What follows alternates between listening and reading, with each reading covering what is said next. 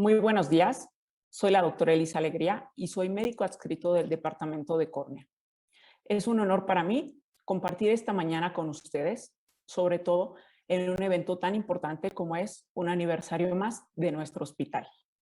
Agradezco al comité organizador por la invitación y hablar de neoplasias escamosas de la superficie ocular es realmente apasionante.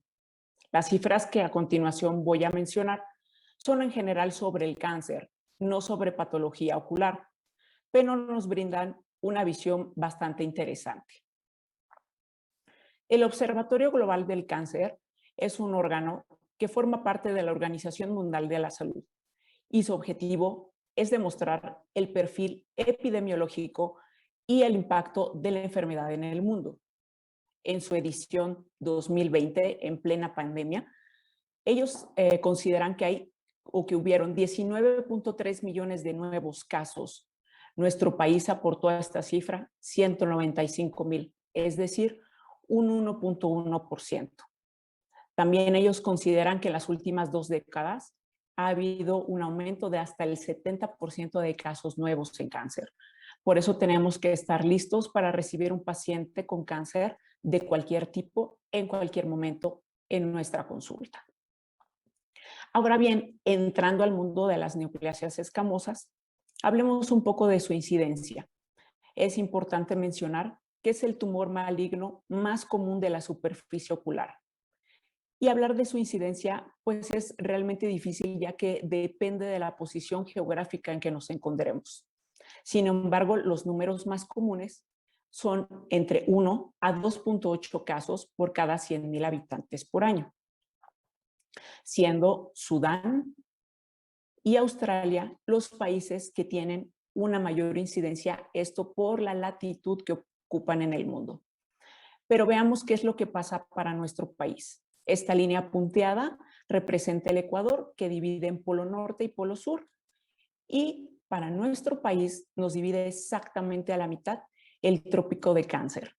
Esto significa que la incidencia de los rayos va a ser más intensa en esta región.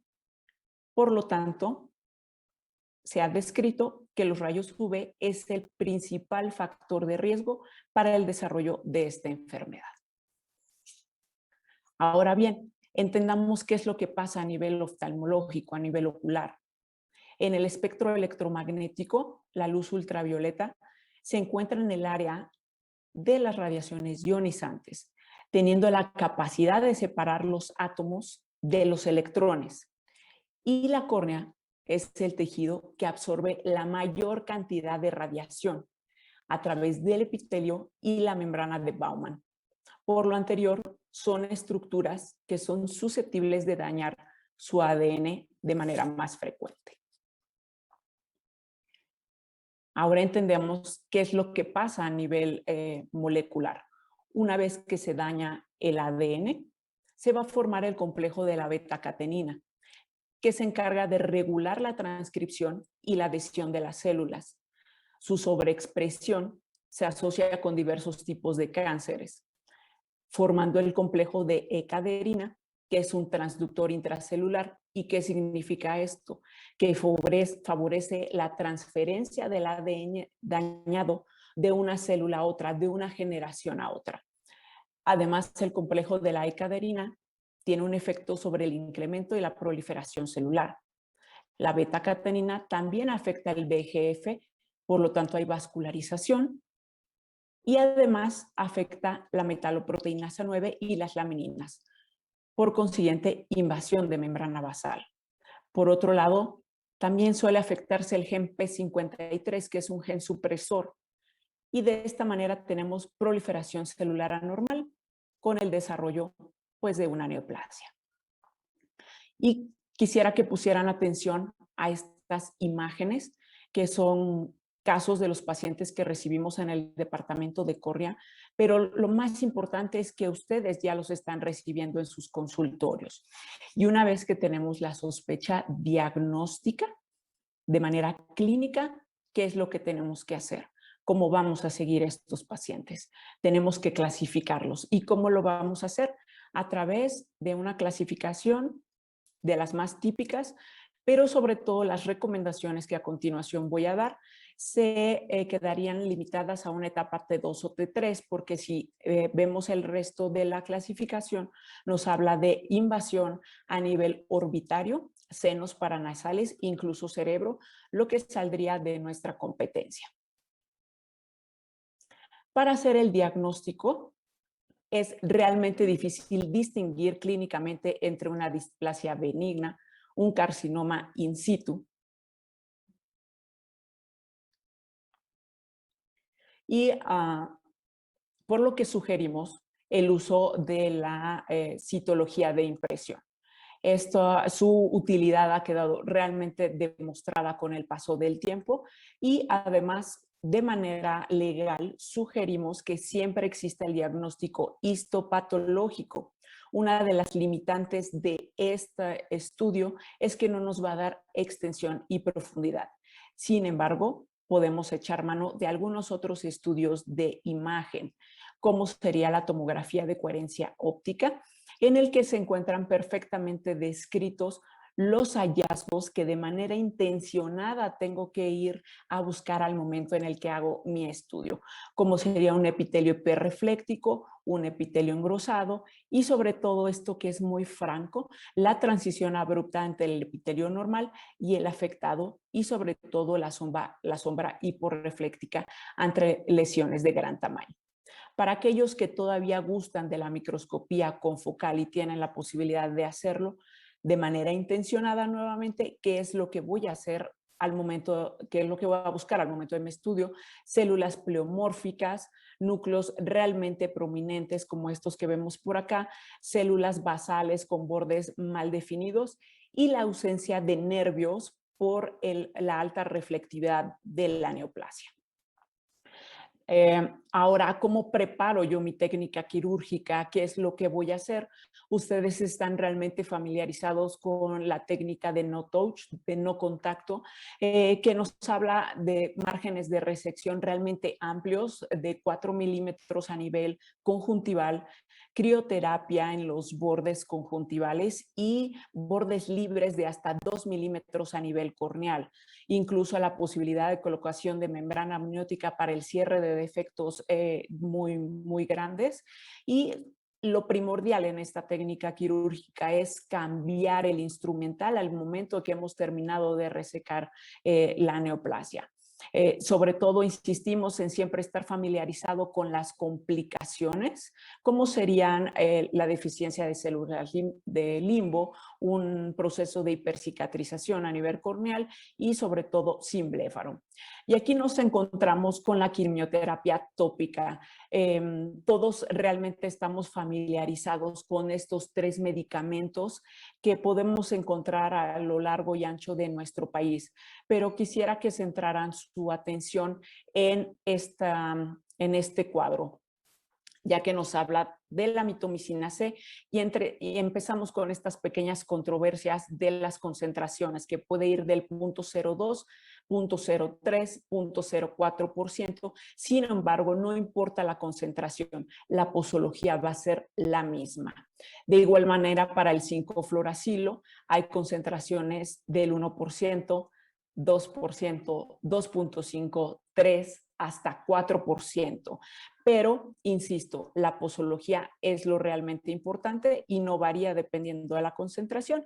Y con el interferón es muy franco que a nivel tópico vamos a utilizar 1 millón y subconjuntival 3 millones. Además, quisiera que estuviéramos realmente atentos a los efectos adversos de los medicamentos. Utilizamos la mitomicina de manera más común y la deficiencia de células de limbo es un efecto adverso en el que tenemos que estar realmente atentos. Existe, está descrito y puede ser un verdadero dolor de cabeza.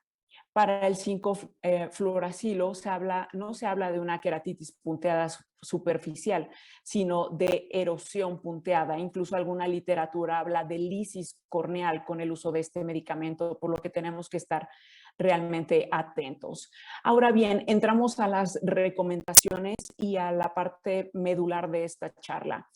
Aquí vemos esta clasificación que nos habla de involucro de cuadrantes. Antes utilizábamos meridianos, sin embargo, algunos autores consideran que el uso de los cuadrantes puede ser un poco más fácil de recordar.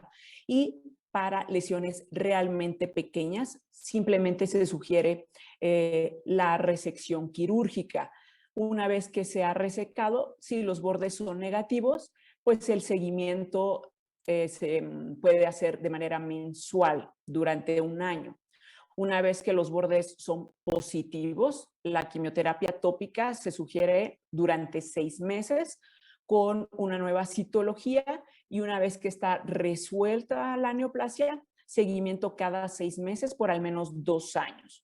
Cuando hablamos de lesiones más grandes, de 1 o 2 cuadrantes, la resección quirúrgica y el uso de la crioterapia en los bordes va a ser fundamental con las mismas recomendaciones. Y ahora, hablando de lesiones realmente grandes, no distinguimos bordes, tenemos que, o se sugiere el uso de la resección, la crioterapia en bordes y sobre todo algo interesante que quiero compartir con ustedes es la alternancia de la quimioterapia tópica. Y una vez, cómo seleccionar el medicamento a utilizar, qué tengo que preparar o qué tengo que saber para decidir mi quimioterapia tópica. Cuando hablan de lesiones pequeñas, la recidiva, de acuerdo con la resección quirúrgica, los Shields dicen, no necesitas resecarla. Si utilizas solamente interferón, vas a tener una recidiva del 2% a un año, lo que es bastante aceptable. Sin embargo, ellos también sugieren, ¿la quieres resecar? Hazlo y utilizas interferón, una recidiva de 0.5% al año. Realmente bondadoso e interesante.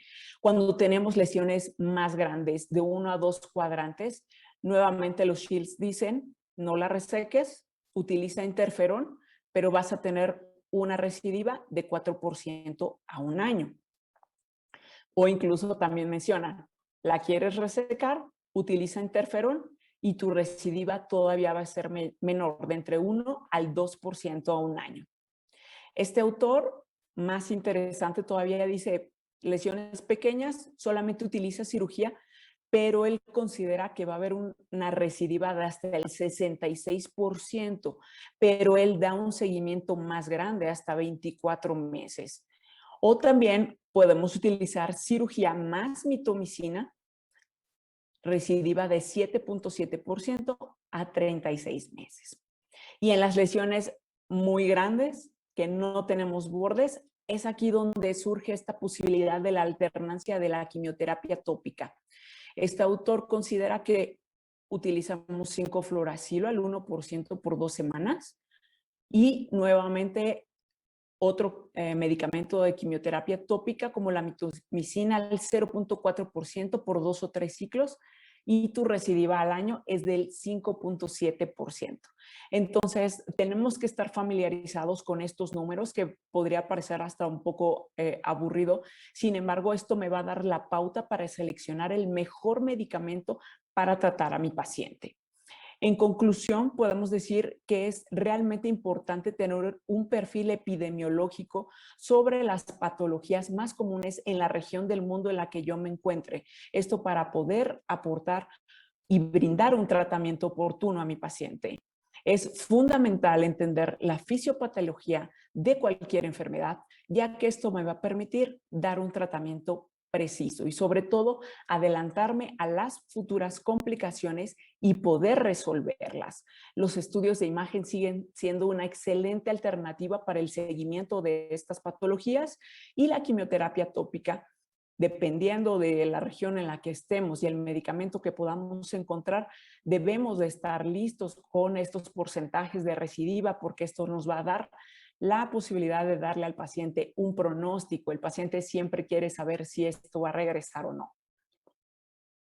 Me gustaría terminar mi charla con esta imagen clásica y que en el centro vemos a Andy Warhol, que vino a cambiar el arte en su forma más clásica, nos brinda el arte pop con esta Marilyn en colores y las latas de sopa Campbell's. A él se le atribuye haber dicho que en el futuro todos tendríamos 15 minutos de fama y colegas, amigos, yo he tenido 15 minutos de fama. Muchísimas gracias.